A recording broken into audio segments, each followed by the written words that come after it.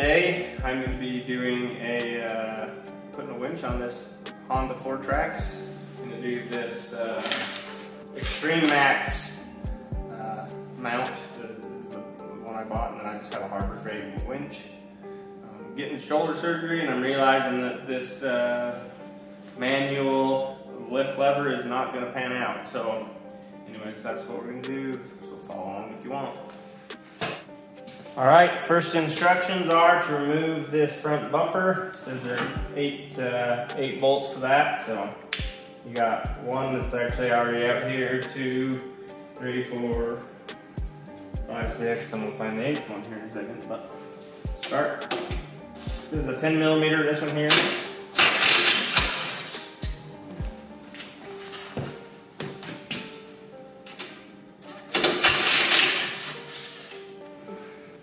There is 12 millimeter.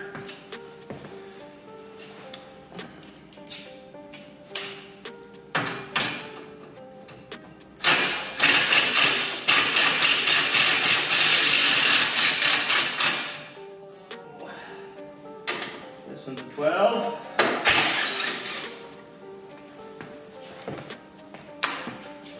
And then this one's 12 here.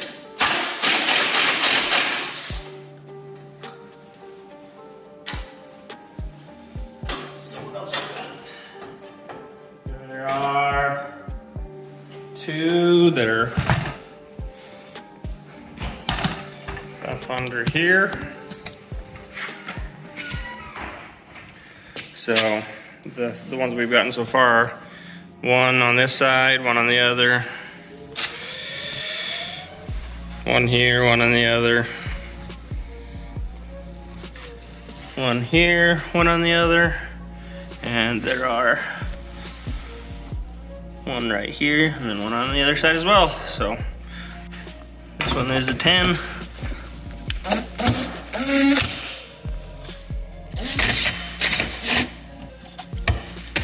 that out. Put up here in the old magnet. Let's get that out.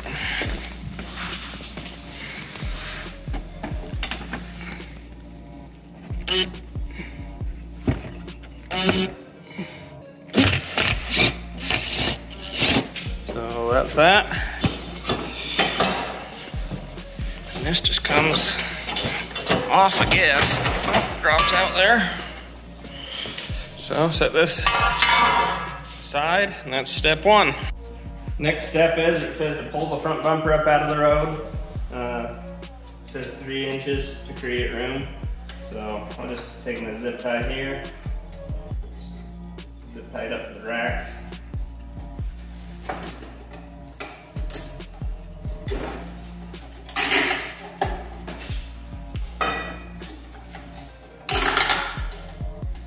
And that'll be good for now. Hold it out of the way a little bit. Next, we're gonna go and take our winch out, and we're gonna mount it up to that bracket there. I just have purchased the Badland ZXR 2500. It has a wireless remote and a wired remote if you want. So, pretty cheap, Harbor Freight. Hopefully it'll hold up, I guess we'll see. All right, so I've got the winch mounted up to the mount plate here. So now I'll go and install it. Screw it up under here.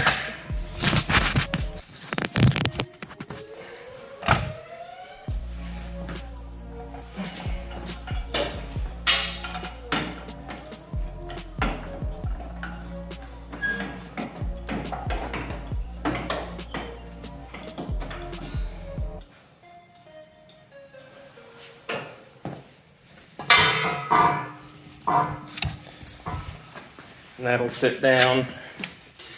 So this bracket will bolt in on both sides here, and then right up here you have 2 slots, and they provide with this mounting bracket some U-bolts where you can bolt right here to the frame on both sides. So I'll go ahead and do that now. One thing with this fair lead on this Mountain Max is it did not fit, so I had to slot these holes here and here.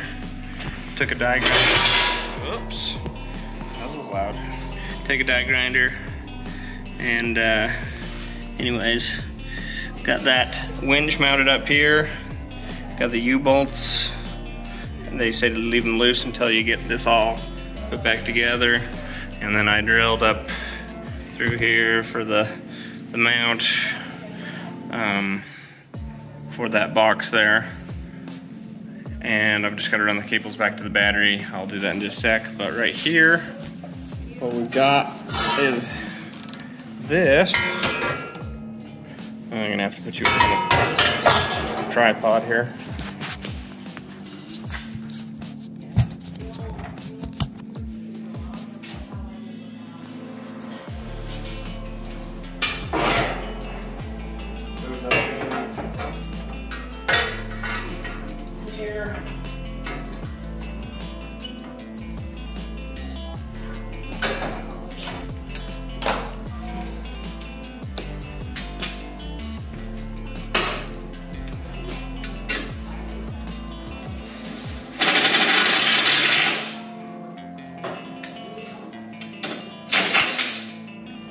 All right, and then they got on that mount plate, it comes with some of the hardware. It gives you an extended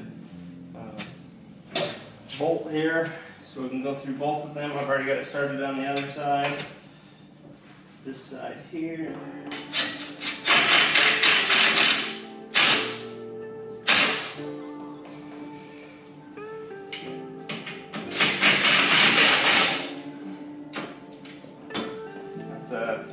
M12 bolts in here.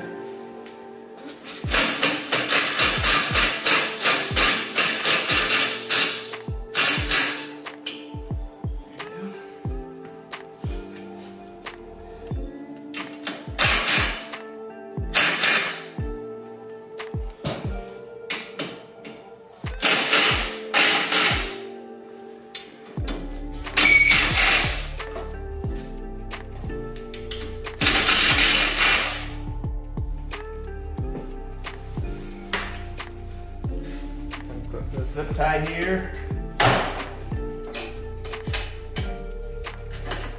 I'll let that sit down where it needs to. I'm going to take these last two remaining and put them back in just the way we took them out.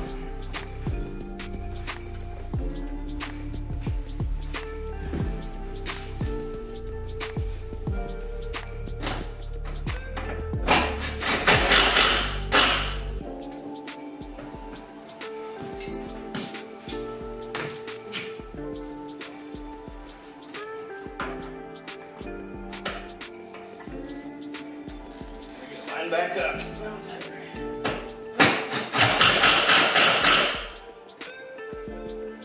Okay, now we just got to tighten up.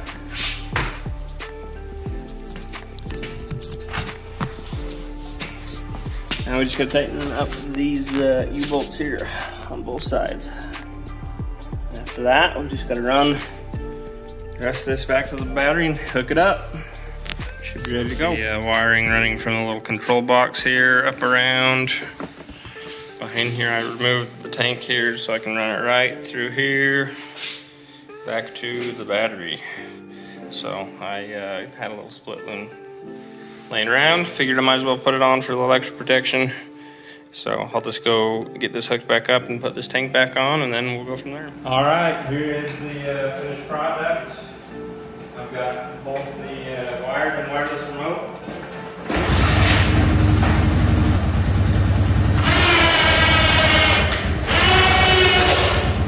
And I've got this wire that's hooked up.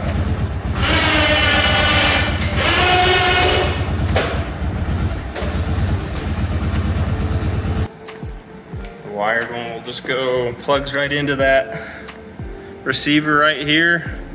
So you can kind of coil it up and put it in the the back storage bin there, and then if you need it, if you've lost this other wireless remote, then that's how it goes. But like I said, turn this bad boy on by clicking and holding it for a little bit, and then